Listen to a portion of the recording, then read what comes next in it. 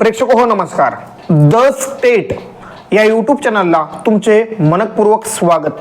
आजच्या व्हिडिओमध्ये आपण अभिजित पाटील तुतारी हाती घेणार या विषयावरती विश्लेषण करणार आहोत. व्हिडिओला लाईक, शेअर आणि चॅनलला सबस्क्राइब करण्यास विसरू नका. अभिजित पाटील हे माढा विधानसभा मतदारसंघामधून विधानसभेची निवडणूक लढवणार आहेत, परंतु ते अपक्ष लढणार की कोणत्या राजकीय पक्षाकडून लढणार याबाबत सध्या वेगवेगळ्या चर्चा माढा विधानसभा मतदारसंघामध्ये सुरू आहेत. अभिजित पाटील हे शरद पवार यांचे विश्वासू सहकारी म्हणून ओळखले जातात.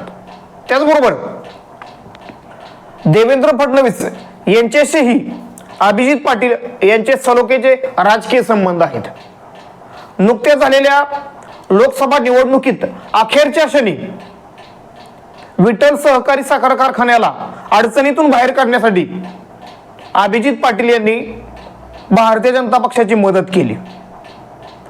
त्या सहकार्याच्या बदल्यात विठ्ठल सहकारी साखर कारखान्याला भारतीय जनता पक्षाच्या सरकारने म्हणजेच देवेंद्र फडणवीस यांच्या माध्यमातून मोठी मदत मिळाली. माढा या विधानसभा मतदारसंघामधून अभिजित पाटील विधानसभा निवडणूक लढवणार आहेत, परंतु त्यांचा पक्ष हा अजून ठरलेला नाही.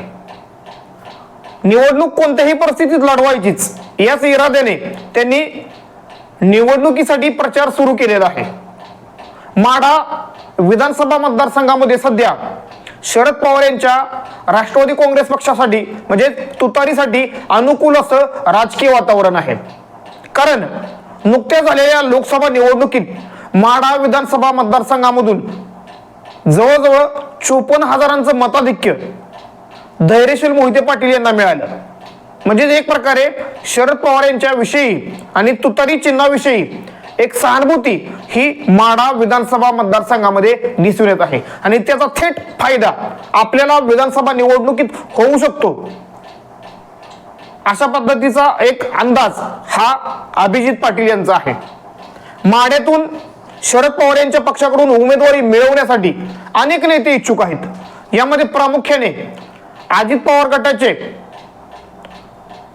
बबनदादा शिंदे यांचे सुपुत्र रणजितसिंह शिंदे, त्याचबरोबर शिवतेजसिंह मोहिते पाटील, त्याचबरोबर रणजितसिंह मोहिते पाटील यांच्या नावाची ही चर्चा माढा विधानसभा मतदारसंघामधून आहे.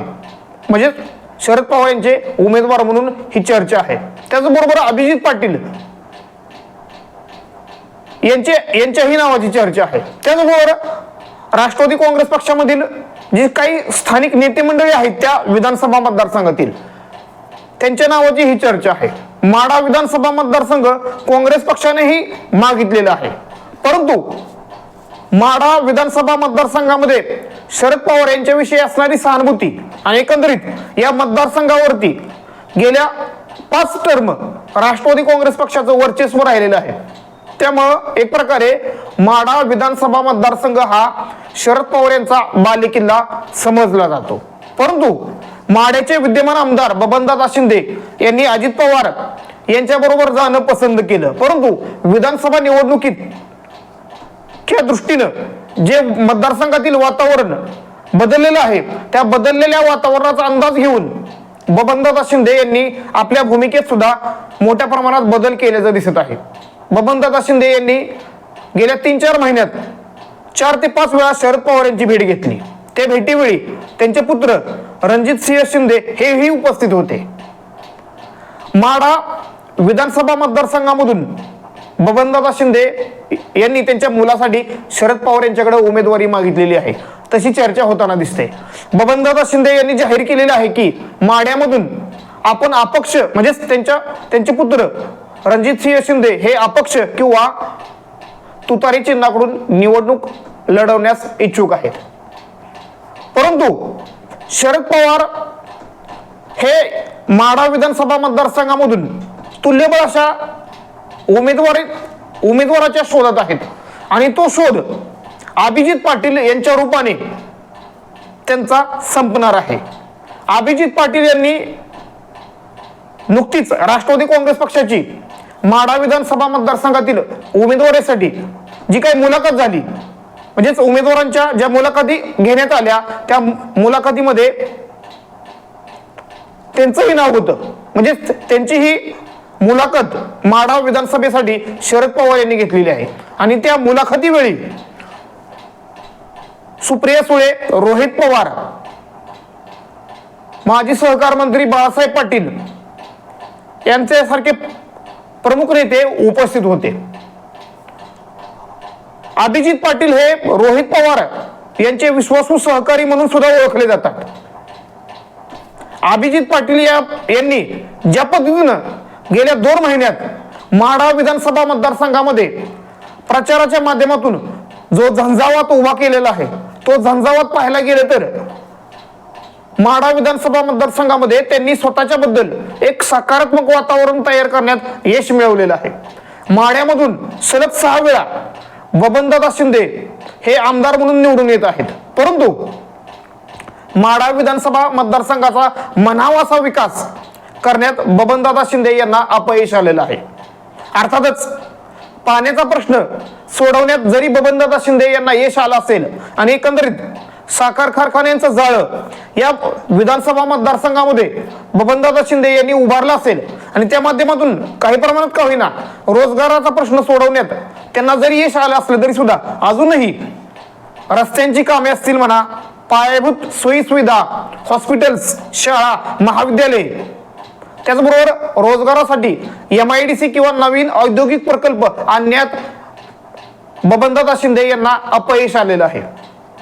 आणि एकंदरीत 6 टर्म निवडून आल्यामुळं बबनदादा यांच्याविषयी एक नाराजगीचं वातावरण या विधानसभा मतदारसंघामध्ये दिसून येत आहे. आणि त्याचा थेट फायदा आपल्याला विधानसभा निवडणुकीत होऊ शकतो असं बबनदादा शिंदे यांच्या विरोधकांचं मत आहे. बबनदादा शिंदे यांनी लोकसभा निवडणुकीत माढ्याचे भारतीय जनता पक्षाचे उमेदवार रणजितसिंह नाईक निंबाळकर यांना साथ दिली आणि माढ्यामधून म्हणजेच माढा विधानसभा मतदारसंघ असेल त्यामधून 1 लाखापेक्षा अधिक मताधिक्य आपण मिळवून देऊ अशा प्रकारचं वक्तव्य केलेलं होतं. परंतु त्याऐवजी माढ्यामधून धैर्यशील मोहिते पाटील यांना जवळजवळ 54,000चं मताधिक्य मिळालं. म्हणजे लोकसभा निवडणुकीत माढा विधानसभा मतदारसंघाने महाविकास आघाडीला साथ दिली, मोहिते पाटील हे धैर्यशील मोहिते पाटील यांना साथ दिली, शरद पवार यांना साथ दिली. म्हणजेच एक प्रकारे माढ्यामध्ये तुतारी जोरदार चालली. सध्या महाराष्ट्रात आणि विशेष करून पश्चिम महाराष्ट्रात जो उमेदवार तुतारी हाती घेईल तो उमेदवार विजयी होऊ शकतो अशा प्रकारचं एक राजकीय परसेप्शन किंवा वातावरण तयार झालेलं आहे आणि लोकसभा निवडणुकीत ते दिसून आलेलं आहे. आणि शरद पवार सुद्धा मतदारसंघ वाईज फिल्डिंग लावताना दिसत आहेत. म्हणजेच उमेदवार निवडून येईल अशाच उमेदवारावरती शरद पवार दाव लावताना दिसत आहेत. आणि एकंदरीत निवडून येण्याची क्षमता म्हणजेच निवडून येण्याची क्षमता या समीकरणाचा विचार केला तर अभिजित पाटील हे त्या कसोटीवरती खरे ठरतात. कारण अभिजित पाटील यांची काम करण्याची पद्धत असो आणि एकंदरीत विठ्ठल सहकारी साखर कारखाना त्यांनी ज्या पद्धतीने चालवलेला आहे आणि एकंदरीत कारखान्याचे सभासद असतील किंवा कारखान्याच्या कार्यक्षेत्रामध्ये असणारे लोक असतील हे त्यांच्या कामाने समाधानी वाटत आहेत. विठ्ठल सहकारी साखर कारखान्याने यावेळी विक्रमी 3,500चा दर प्रति टन हा जाहीर केलेला आहे. आणि एक प्रकारे अभिजित पाटील यांनी विठ्ठल सहकारी साखर कारखान्याला 3,500 प्रति टन ऊस दर जाहीर केल्यामुळं बबनदादा शिंदे यांच्या अडचणी सुद्धा वाढलेल्या आहेत. त्यामुळं बबनदादा शिंदे हे येणाऱ्या हंगामात ऊसाला किती दर जाहीर करतात हेही पाहणं उत्सुकतेचं आहे. परंतु बबनदादा शिंदे यांच्या समोर अभिजित पाटील यांनी मात्र चांगलंच आव्हान उभं केलेलं आहे.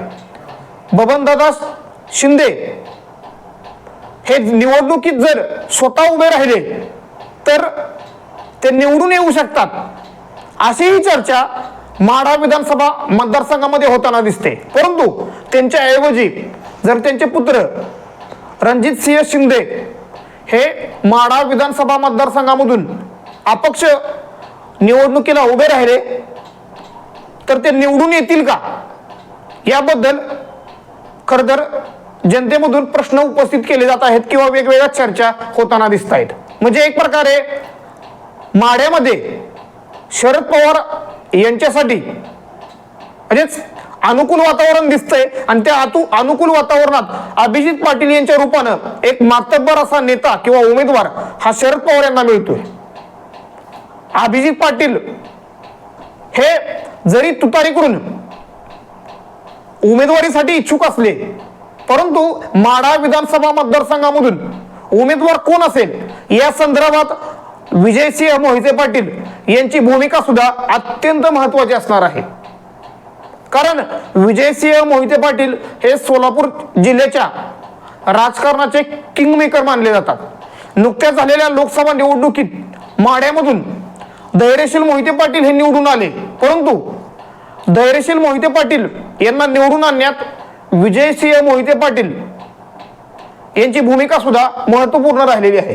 सोलापूर जिल्ह्याचं पालकमंत्री पद असो अथवा सोलापूर जिल्ह्यातील जिल्हा परिषद पंचायत समिती असो किंवा सहकारी संस्था असो किंवा विधानसभेची उमेदवारी असो, या संदर्भात उमेदवारी कोणाला द्यायची या संदर्भात राष्ट्रवादी काँग्रेस पक्षामध्ये असताना विजयसिंह मोहिते पाटील हे निर्णय घेत होते. त्यामुळे एक प्रकारे सोलापूर जिल्ह्याचं पालकत्व हे खरं तर विजयसिंह मोहिते पाटील यांच्याकडे आहे. आणि एकंदरीत विजयसिंह मोहिते पाटील यांचे पुतणे शिवतेजसिंह मोहिते पाटील हे सुद्धा माढ्यामधून इच्छुक आहेत. त्याचबरोबर रणजितसिंह मोहिते पाटील यांना सुद्धा माढा विधानसभा मतदारसंघामधून शरद पवार उमेदवारी देऊ शकतात, अशा पद्धतीची चर्चा सुद्धा ऐकायला मिळत आहे. परंतु अभिजित पाटील यांनी गेल्या 2 महिन्यामध्ये ज्या सक्रियपणे माढा विधानसभा मतदारसंघामध्ये निवडणुकीची तयारी चालवलेली आहे आणि एकंदरीत अभिजित पाटील आणि शरद पवार यांची जवळीक पाहता, त्याचबरोबर अभिजित पाटील आणि रोहित पवार यांची जवळीक पाहता, त्याचबरोबर अभिजित पाटील आणि राष्ट्रवादी काँग्रेस पक्षाचे प्रदेश अध्यक्ष जयंत पाटील यांचे जिव्हाळ्याचे राजकीय संबंध पाहता अभिजित पाटील यांची उमेदवारी ही माढा विधानसभा मतदारसंघामधून खरं तर एक प्रकारे फिक्स मानली जात आहे. अर्थातच जर अभिजित पाटील हे माढा विधानसभा मतदारसंघामधून तुतारीच्या चिन्हावरती उमेदवार असतील तर अर्थातच त्यांच्या समोर बबनदादा शिंदे यांचे चिरंजीव रणजितसिंह शिंदे यांचं आव्हान असणार आहे. त्यामुळं माढा विधानसभा मतदारसंघाची निवडणूक ही यावेळी रंगतदार आणि अटीतटीची होणार. सध्या तरी माढा विधानसभा मतदारसंघाचा विचार केला तर या मतदारसंघामध्ये माढा तालुक्यातील 72 गावे, पंढरपूर तालुक्यातील 42 गावे आणि माळशिरस तालुक्यातील 13 गावे यांचा समावेश होतो. पंढरपूर तालुक्यातील जी 42 गावे आहेत त्या 42 गावांमध्ये जवळजवळ 1 लाखापेक्षा अधिक मतदान आहे आणि त्या 42 गावांमध्ये शरद पवार यांचं तसेच विठ्ठल परिवाराचं वर्चस्व आहे. त्याचबरोबर माळशिरस तालुक्यातील 13 गावे ही माढा मतदारसंघात आहेत आणि त्या 13 गावांमध्ये विजयसिंह मोहिते पाटील यांचं वर्चस्व आहे.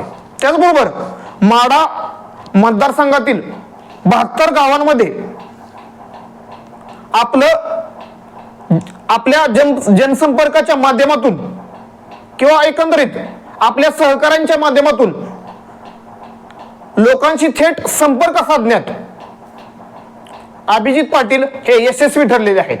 मतदारसंघामध्ये कुस्तीचे कार्यक्रम असोत किंवा बैलगाडा शर्यतीचे कार्यक्रम असोत किंवा महिलांसाठी वेगवेगळे कार्यक्रम असोत, या माध्यमातून अभिजित पाटील यांनी एक वातावरण निर्मिती केलेली आहे आणि विशेष करून माढा पंढरपूर या 2 तालुक्यामधील जो तरुण वर्ग आहे त्या तरुण वर्गामध्ये अभिजित पाटील यांच्या नेतृत्वाविषयी एक आकर्षण आहे. अभिजित पाटील यांना कोणतीही राजकीय पार्श्वभूमी नाही, म्हणजेच ते कोणत्याही राजकीय घराण्यातून येत नाहीत. त्यांनी स्वतःच्या बळावरती एक राजकारणात एक स्थान निर्माण केलेलं आहे किंवा समाजकारणात किंवा उद्योग व्यवसायात एक स्थान निर्माण केलेलं आहे. आणि एकंदरीत तरुण उमेदवार म्हणून शरद पवार यांची पसंती त्यांना मिळू शकते. आणि त्याचबरोबर रोहित पवार यांचे सहकारी म्हणून सुद्धा त्यांना ओळखलं जातं. त्यामुळे एकंदरीत राष्ट्रवादी काँग्रेस पक्षाशी असणारे त्यांचे सलोख्याचे संबंध यामुळं माढा विधानसभा मतदारसंघामधून त्यांना शरद पवार उमेदवारी देऊ शकतात. अर्थातच अभिजित पाटील यांना देवेंद्र फडणवीस यांनीही त्यांचा विठ्ठल सहकारी साखर कारखाना आर्थिक अडचणीतून बाहेर काढण्यासाठी मदत केलेली आहे. त्यामुळे अर्थातच देवेंद्र फडणवीस अभिजित पाटील यांच्याबाबत कोणती भूमिका घेतात हेही या विधानसभा निवडणुकीत महत्वपूर्ण ठरणार आहे. परंतु सध्या तरी अभिजित पाटील हे शरद पवार यांच्या गोटात म्हणजेच राष्ट्रवादी काँग्रेस पक्षाकडे वळाल्याचं दिसत आहेत आणि ते तुतारी या चिन्हावरती निवडणूक लढवू शकतात. जर तुतारीचं चिन्ह मिळालं नाही तर ते अपक्ष तर निवडणूक लढणारच आहेत. परंतु तुतारीकडून ते माढा विधानसभा मतदारसंघातून राष्ट्रवादी काँग्रेस पक्षाचे आणि महाविकास आघाडीचे उमेदवार असतील अशा पद्धतीची चर्चा ही माढा विधानसभा मतदारसंघामध्ये आणि एकंदरीत सोलापूर जिल्ह्यामध्ये होताना दिसते. त्यामुळे अभिजित पाटील यांच्या रूपात एक साखर सम्राट आणि नव्या दमाचा नेता हा शरद पवार यांना मिळत आहे. त्यामुळं येणाऱ्या विधानसभा निवडणुकीत माढा विधानसभा मतदारसंघात अभिजित पाटील विरुद्ध रणजितसिंह शिंदे असा अटीतटीचा रंगतदार सामना आपल्याला पाहायला मिळेल. धन्यवाद. व्हिडिओला लाईक, शेअर आणि चॅनलला सबस्क्राईब करण्यास विसरू नका.